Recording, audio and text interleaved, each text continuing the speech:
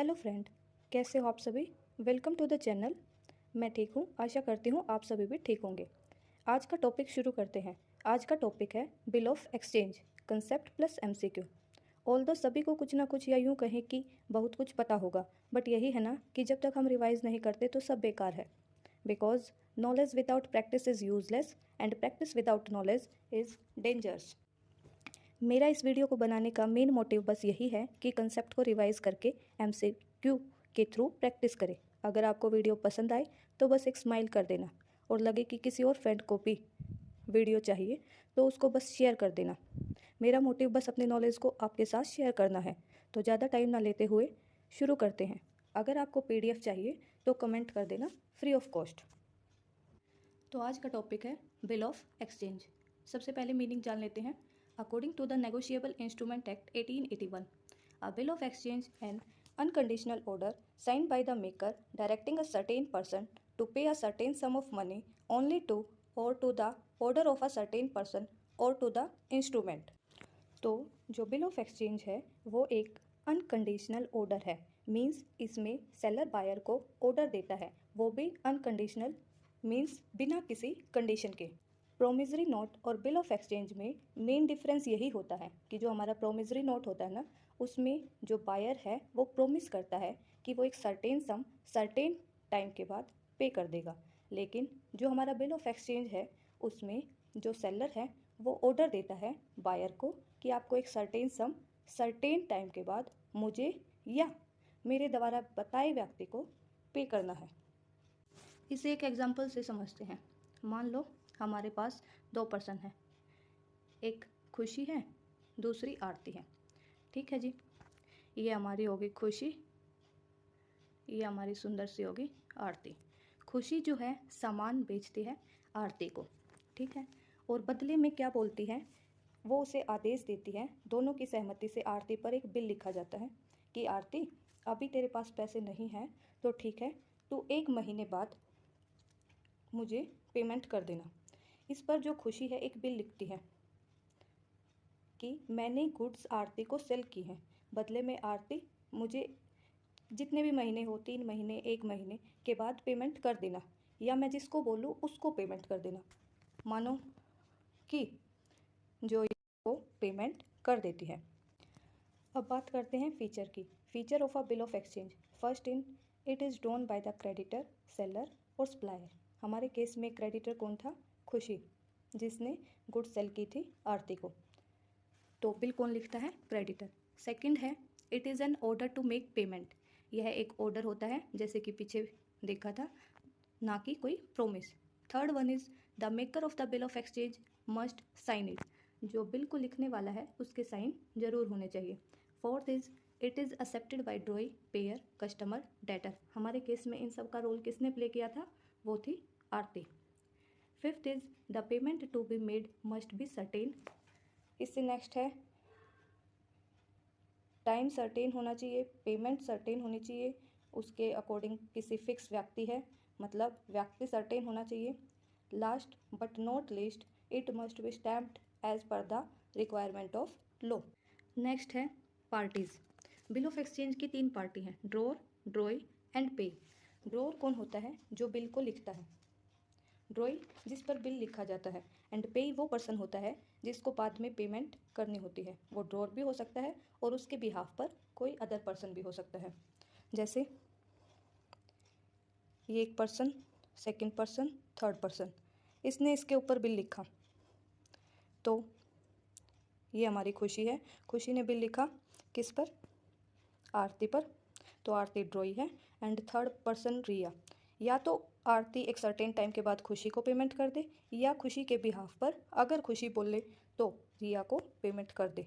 तो bill of exchange के case में 3 पार्टी होती है। कुछ इंपॉर्टेंट टर्म है। फर्स्ट है मेच्योरिटी ऑफ बिल।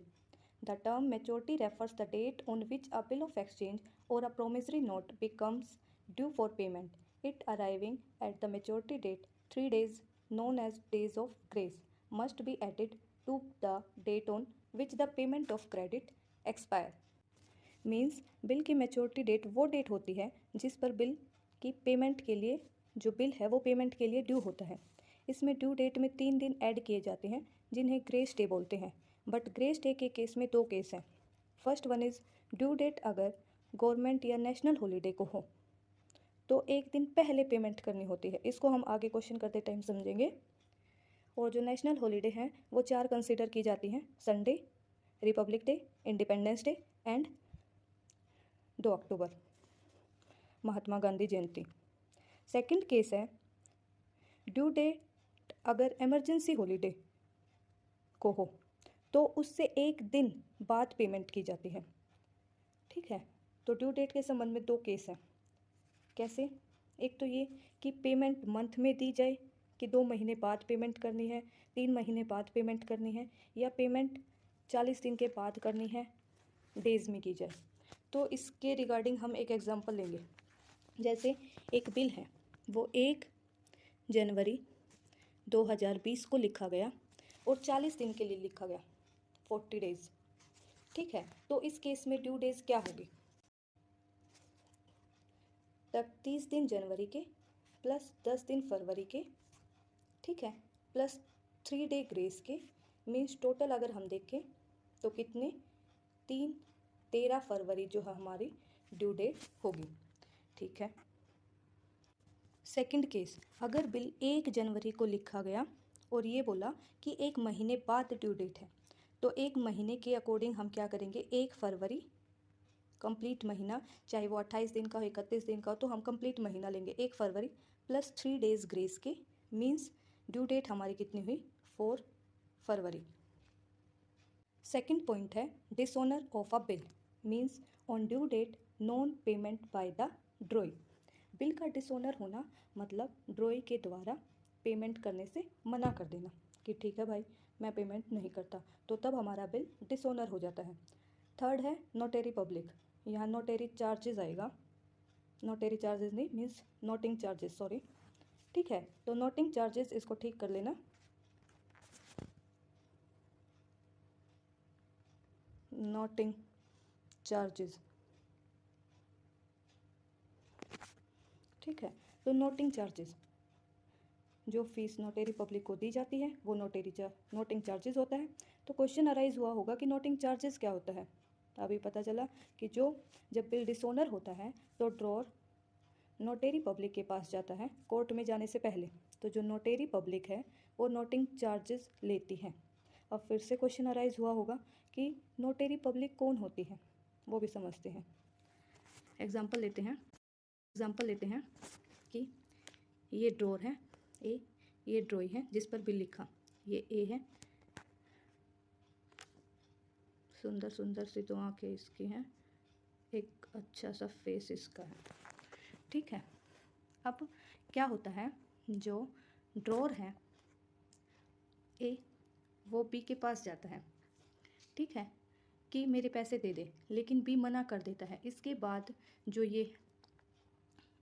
हमारा ड्रॉर है बिल लिखने वाला है वो नोटरी पब्लिक के पास जाता है। नोटरी पब्लिक वो होती है जो एक सर्टेन फीस के बदले साइन करके देती है कि जो ड्रॉई है उसने पेमेंट करने से मना कर दिया है। सबसे पहले ड्रॉई के पास जाएगा, ये पैसे देने से मना कर देता है, तो ड्रॉर वापस आएगा और नोटरी पब्लिक के पास जाएगा। नोटरी पब्लिक ड्रॉई के पास जाती है कि उसके पैसे दे दे, लेकिन नोटरी पब्लिक के जाने के बाद भी ड्रॉई मना कर देता है, तो नोटरी पब्लिक वापस आती है और बिल पर साइन करती है कि उसने मना कर दिया। तो इस केस में इसके पास प्रूफ हो जाता है और वो उस साइन किए गए डॉक्यूमेंट को लेकर कोर्ट में जाता है। ये प्रोसेस होती है। आई होप नोटिंग चार्जेस का कॉन्सेप्ट समझ आया होगा। नेक्स्ट है retirement of bill. Retirement of bill का मतलब है पेमेंट बिफोर ड्यू डेट। ठीक है, मीन्स पेमेंट ड्यू डेट से पहले कर देना। इस प्रकार याद रख सकते हैं, क्योंकि मुझे ये याद नहीं रहता था, मैंने इस प्रकार लिंक किया कि एक पर्सन अपनी लाइफ के दौरान ही किसी पर्टिकुलर जॉब से रिटायरमेंट लेता है ना, तो वैसे ही क्या होता है कि जब हम बिल को उसकी मैच्योरिटी डेट से पहले पेमेंट कर देते हैं बिल की, तो वो बिल का रिटायरमेंट बोला जाएगा। ठीक है, ऐसे याद कर लेना। नेक्स्ट है endorsement of bill. Endorsement of bill means the act of signing and transferring the bill by drawee to his creditor transfer कर देना अपनी इच्छा से बिना किसी फोर्स के। Renewal of bill, renewal of bill का मतलब है जो हमारा पुराना बिल था उसकी टर्म कंडीशन को लेस करके एक नया बिल, एक फ्रेश बिल इशू करना। ठीक है, जैसे एक बिल था 3 महीने के लिए राम पर लिखा गया था, लेकिन 2 महीने के बाद ही दूसरा एक और बिल इशू कर दिया, पुराने बिल की टर्म्स कंडीशन को हटा दिया और एक नया बिल लिखा गया, तो उसे बोलते हैं renewal of bill. Last but not least point is accommodation bill. जब एक फ्रेंड अपने किसी दूसरे फ्रेंड पर बिल लिखता है, किस पर्पज़ के लिए, कि उसकी हेल्प हो सके। तो अब हम आते हैं अपने MCQ पर। तो फर्स्ट है a bill of exchange contains an A is unconditional undertaking, B is unconditional order, C is conditional order, D is conditional undertaking. तो आंसर होगा, अभी पढ़ा था, B unconditional order. Second is retirement of bill of exchange means, अभी example लिया था ना कि हम अपनी लाइफ के दौरान ही रिटायरमेंट लेते हैं ऐसे करके, तो जो अभी ऊपर एग्जाम्पल देखा था, तो इसका आंसर क्या होगा। ऑप्शन देखते हैं। A is endorsement of bill, B is discounting of bill, C is cancellation of bill, D is premature payment of bill. तो आंसर क्या होगा, premature payment of bill, D. Question number 3 is which of the following statement is not false. Not false means true. Option देखते हैं। A is there are only 2 parties in the bill of exchange. ये तो गलत है क्योंकि party तो 3 होती हैं, तो फर्स्ट गलत है। Second, retiring of a bill is different from dishonour of a bill, ये ठीक है, तो आंसर क्या होगा, B. Third one is question number 4 is days dash days grace are added in terms of the bill to calculate the date of maturity। तो कितने दिन दिए जाते हैं ग्रेस के, ऑप्शन होगा 3 days, C. Next is question number 5 which of the following is true. Option A is a bill of exchange is drawn by the payee, नहीं उस पर तो बिल लिखा जाता है, वो तो लिखता नहीं। B is a bill of exchange is drawn by the creditor, तो आंसर होगा B. Next question is parties involved in bill of exchange. तो बिल ऑफ एक्सचेंज के केस में कितनी पार्टीज होती हैं, ड्रॉ, ड्रॉई एंड पे, तो कितनी, answer is B. Question number 7 is numerical question है। If a bill is accepted on 23 November 2016 for 2 months, what will be the due date for payment of the bill. तो 23 November 2016 को 2 महीने के लिए एक बिल लिखा गया है, तो उसकी ड्यू डेट क्या होगी। तो इसको समझते हैं। ड्यू डेट कैसे कैलकुलेट करते हैं। 23 नवंबर से दिसंबर जनवरी, 23 जनवरी 2017, जनवरी 2017, 2 महीने कंप्लीट हो गए, प्लस 3 डेज जो हम ग्रेस के लेते हैं, तो हमारी 26 जनवरी आई। बट हमें पता है 26 जनवरी को तो नेशनल हॉलीडे है, तो नेशनल हॉलीडे के टाइम पर हम एक दिन पहले, 1 डे बिफोर, मीन्स हमारी ड्यू डेट क्या होगी, 25 जनवरी 2017, option is C. Next is question number 8 endorsement is, option A is letting someone take something from you, ये तो नहीं है।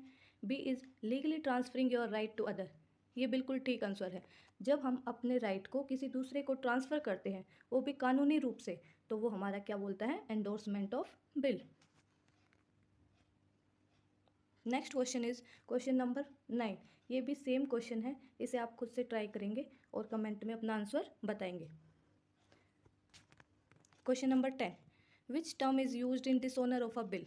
बिल का डिसऑनर होना, बिल जब डिसऑनर होता है, जैसे अभी हमने ऊपर केस में पढ़ा था, जब बिल डिसऑनर होता है मीन्स जो ड्रॉई है वो पेमेंट करने से मना करता है, तो जो ड्रॉर है वो किसके पास जाता है, नोटेरी पब्लिक के पास, और जो नोटेरी पब्लिक है वो क्या चार्ज करती है, नोटिंग चार्जेस। ठीक है, तो आंसर होगा सी, डिसऑनर ऑफ बिल से रिलेटेड टर्म है noting charges. Next question is the transfer of a bill of exchange by the holder to any other party, किसी अदर पार्टी को, before its due date is called, तो उसको क्या बोलेंगे हम, उसने अपना बिल एंडोर्स कर दिया किसी अदर पार्टी को, तो option number C, endorsement of bill. Next question फिर से ड्यू डेट वाला है। इसमें वैसे ये जो 40 डेज़ वाला है, डेज़ वाला कैलकुलेशन है जो हमने ऊपर भी किया था, तो आशा करती हूँ कि इसे आप खुद से सोल्व करेंगे और कमेंट में अपना आंसर शेयर करेंगे। आई होप आपको वीडियो पसंद आई होगी। अगर पसंद आई हो तो प्लीज़ लाइक कमेंट शेयर कर देना, जिससे दूसरों की भी हेल्प हो सके।